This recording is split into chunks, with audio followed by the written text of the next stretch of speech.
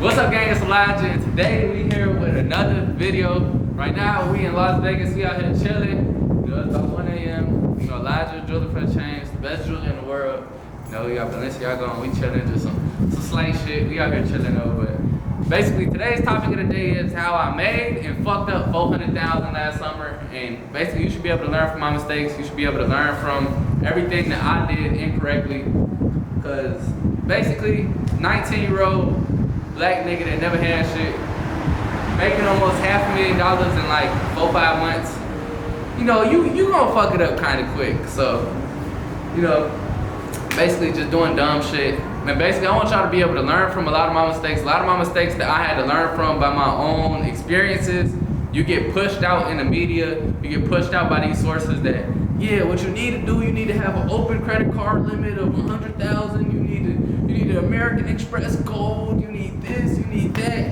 And I want y'all to be able to learn from my own experiences. When they talk about borrowing money, when they talk about having these available balances, and they talk about starting these businesses on credit, they talk about being able to basically have just financial freedom on a fucking credit card.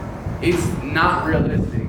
If you have a fucking job at Sonic, you shouldn't be using your fucking credit card on everything. Like, you don't deserve to have a $100,000 credit card limit if you work a minimum wage job or you don't make at least $400,000 or $500,000 a year. You shouldn't have a $100,000 credit limit.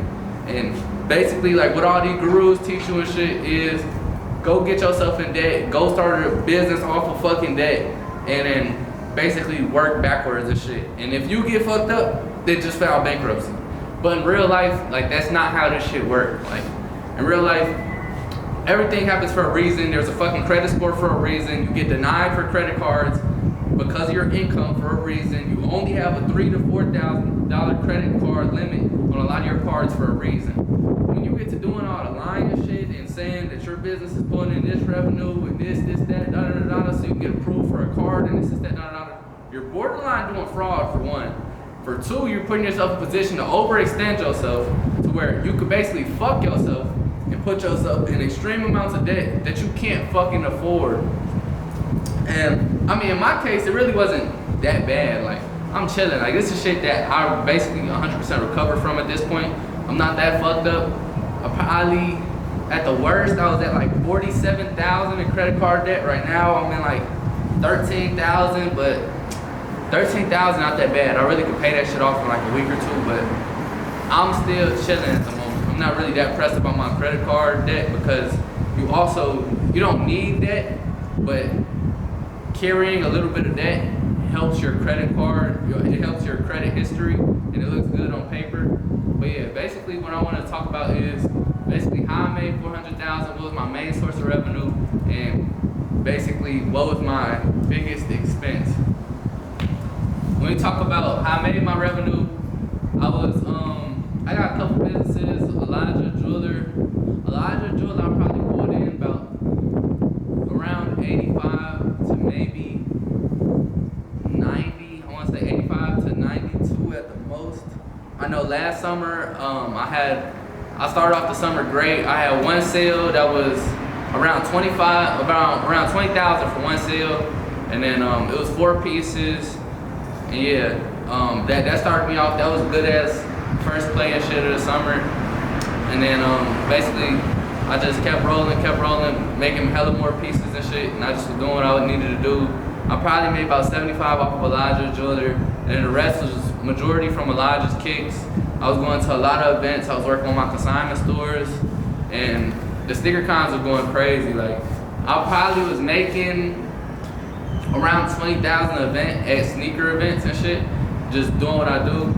And then I was able to just accumulate the money, going to those every single weekend, and then not even just every single weekend, but some, it's literally one on Saturday, one on Sunday, and I had the opportunity to really be able to maximize off that as much as possible. And then the people that I was meeting at these events, like, I was meeting like a flawless network of people, and basically, like, it's certain people that I met to where it's like I met them at an event and they'll buy one thing off me at the event, but they might spend $15,000, $17,000 a month with me alone. So I was meeting these high-end clients and shit, and basically networking and doing that. And that was one of my main sources of revenue. And then when it comes to my biggest expenses, basically I was chilling and like just regular like hood nigga shit. Like what they say is true about lifestyle inflation. The more money you make, the more money you feel like you need to spend. The more money that you're like when you get in a new tax bracket, you feel like you need new tax bracket shit. Don't nobody go from 10,000 to 100,000 a year and still do the same shit that they were doing when they were making 10,000 a year, which they need to do because that's the only really way you can really build wealth. And right now, that's where I'm really at in my life. I'm really trying to focus on building wealth, building my network, scaling up, and then focusing on what's going to be the best for me. Because at the end of the day, with no net worth, you're really not shit. Like, you can have a fucking Lamborghini, a mansion, you can have all the cars you want, you can have all the clothes you want, but if all that shit is off of a fucking American Express gold card or loans, like, all that shit is for nothing. Like, you don't own anything in your name. You're basically renting shit from your fucking boss, who is your loan officer or whoever you're indebted to. The reason that you have to get up and make money every single day is because you're in debt to somebody and you need to go pay them every single fucking day. Even if you're not making payments every day, nigga, if you make one payment every 30 days, that's a payment of compounding interest from 30 days. And just shit like that, like, basically, yeah, like hood nigga shit, spent $97,000 on a Hellcat, and then, shit, got a new crib, spending damn near like $3,000 a month there, but it wasn't even just that. It was like just me not paying attention and doing hood nigga shit. Like I could have money in my pocket for something. I could have $17,000 in my pocket, but if I'm at the fucking gas station, instead of spending my own money, I'm like, fuck it, I'm just using credit card, which like is cool and shit. Credit card points is cool and all that shit, but it's really not cool. Like on a fucking credit card, if you spend $40,000, you're gonna be lucky if you get fucking $400. And it's like $400 back in cash versus potentially risking putting yourself $40,000 in debt. The bad don't really outweigh the good. Like it's really not the best, most lucrative thing ever. I really don't recommend getting into the credit cards, which don't get me wrong, I profited off certain credit cards and shit. Like I got credit cards where I made $2,000 in profit off of just buying shit I was even gonna buy. Like for example, Elijah Jeweler. I have to still go buy gold, I still have to go buy silver, I still have to go buy diamonds regardless. So me sitting there going to buy those on the credit card, it really didn't hurt me the most because I'm like, boom, I pay it and I buy some, like I pay it off as soon as I buy it. So shit like that makes sense, but at the end of the day, what I want you to learn from this is be careful with lifestyle inflation and shit like that, and just make sure that you're building wealth and you're building up your own portfolio.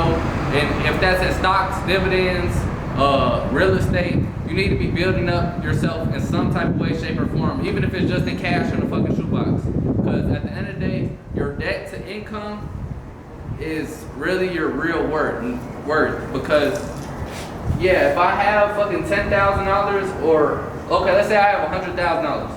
I have $100,000, but I'm $85,000 in debt. So I only really have, what the fuck is it, like 15,000? I only really have 15,000 to my name. I don't have 100,000 to my name. And that's my whole point is to get across is make sure you're building your net worth versus putting yourself in debt for shit that you want and you like and you can afford, but at the end of the day, it's working backwards in a net negative because it's not progressing your net worth. It's actually taking away from by you paying for these depreciating assets versus paying for assets that actually hold their value or might grow. For example, like if you go buy a house, if you go live in a house, it could be a depreciating asset. But if you go buy something and you like use it as a source of revenue, then it's a appreciating asset, especially if it's appreciating. And it's just like stuff like that, you just need to really be focusing in on that. Also, another thing is, like, even though it's bads with the good, like, I gotta make sure that I let y'all know, like, yeah, I did some hood nigga shit and spent $95,000 on a car, but at the end of the day, I was able to deduct it from my original tax bill to where if I didn't go buy the car, I was gonna have to pay the IRS 70 to 100,000 plus. But because I bought the car, I was able to write off the whole depreciation of my loan because of the vehicle. And shit like that, it really saved my ass on the back end. But as I grow into this year, I really want to leave all that shit alone, and I'm gonna start putting money into my self-employment IRA. I want to start putting money into my 401k. I want to start make sure I'm putting money into my retirement fund and make sure I'm actually building net worth versus net negatives. Because at the end of the day, it's like I'm here to really live my life for me. At the end of the day, it's like, yeah, I live my life for me, and I might enjoy this shit, like having cars and clothes and this and that. But it's like if I'm not buying this shit in cash to where I 100% own it, I'm putting myself in debt and giving myself a new boss, even though I may be self-employed. So that's what you just need to keep in mind. Make sure that you're paying attention to lifestyle inflation as you continue to climb the ladder and continue to get more income. Make sure you pay attention to lifestyle inflation. Make sure that you're trying to live at a regular means versus living above, not even saying above your means, but you could be just living to your means. Because for example, my bills right now, they're still only less than 5% of my monthly income. But it's like, when I did it, they were like 1% of my income. But for example, it's just like shit like that. It's like I could still, like if I really, really wanted to, I could have just stood in my old apartment. I would have been paying like $1,500, but instead I'm like, fuck it, I'm gonna upgrade. And now I'm paying $2,500, and I could have stood in my old car where I was paying $900 a month, probably like $1,500 with insurance. Now I'm paying like $3,000 a month for my car. And just shit like that. And even though it's like 5% of my income, 1% of my income on a good month, I could be putting, right now I probably spend about $8,000 to $12,000 a month on bills. I could be putting that shit into other shit. Because at the end of the day, like, $8,000 to $12,000, like, nigga, I could literally go put that into a fucking retirement plan for myself and have $800,000 now making 10% to 12% in revenue. At the end of fucking 10 years, I could go fucking retire off of my profit that I'm making year over year over year in the market, because that's guaranteed damn near $80,000 a fucking year, which I could live comfortable off of $80,000 if I just chill. Like I could drive a smooth car and some more shit off of that, but instead I'm putting it into bills and just dumbass shit, which is not dumb because a lot of my bills is like, okay, it's dumb shit. Yeah, it's dumb shit, but I do what I do for me, because at the end of the day, you still gotta be able to enjoy what you're doing, and you gotta be able to enjoy the process of shit. But at the end of the day, you do need to focus, you need to lock in and make sure that you're actually building something that's help you get towards the end goal, no matter how small it is. Make sure you're putting at least $10,000 a year to the side. If you're making $100,000 a year, make sure you're trying to tuck at least 10% of what you make. If you're making over $250 a year, make sure you're putting at least 5% away to really start growing your portfolio as a person. Because at the end of the day, whatever you're doing right now, everything is a bubble. No matter if I'm fucking Gucci, Victoria's Secret, if I'm fucking Balenciaga, if I'm Mike Amiri, all these brands are bubbles. They're gonna be big as fuck one year, and they might have the worst year ever one year and damn near go bankrupt. But everything is a bubble. Everything in modern day is based off of attention, is based off of how hot you are, and you're not always gonna have that buzz. And you need to save for when shit goes bad, and the only way that you can do that is when you're really preparing yourself when shit's going good. And yeah, that was just me rambling a couple things on basically how I just got caught up doing hood nigga shit, lifestyle inflation and stuff like that. But I appreciate everybody tapping in. Thank you. I hope y'all have a blessed day. Make sure y'all support me. ClubParadiseForever.com. We out.